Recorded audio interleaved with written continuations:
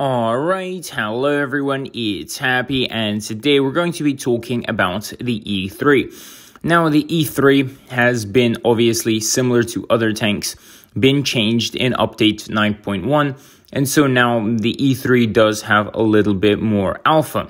I don't think the other changes were super duper significant, but I feel like the E3 plays a little bit better because of the alpha increase to 690.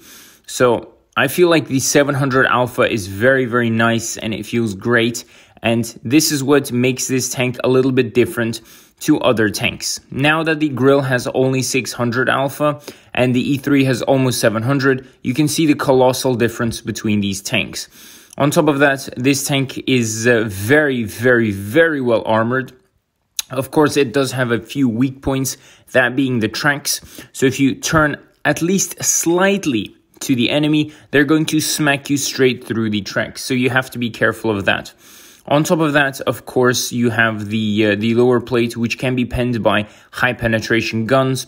And of course, you have the little cupola hatch thingy, not the one on the top, but rather the one right next to the gun. So on the right side of the gun, that's the biggest weak point this tank has, because you can actually HE the E3 straight into the front for 1000 if your HE roll is high enough, of course.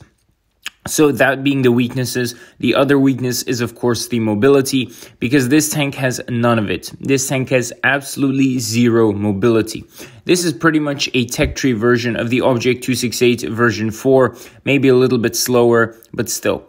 Overall, I would rank this tank very, very nicely, maybe an 8 out of 10, simply because it does have those characteristics that would make a very, very, very strong tank, especially in the hands of a more or less unexperienced player.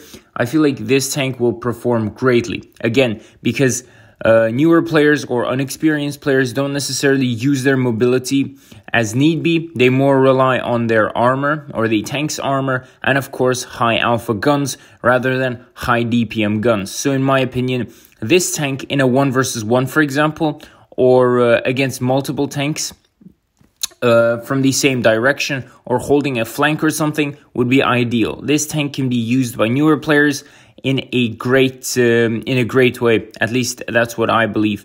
This tank should be played, of course, on the first, never third line, first/second line. You have to be right next to your heavies, and you have to use your armor's advantage. Never, ever camp in an E3. I feel like that is the biggest waste of a tank you can do. You can camp in other TDs, but not the E3. So tell me what you guys think about this tank in the comment section below. And with that, Happy is out, and I'll see you guys next time. Bye-bye.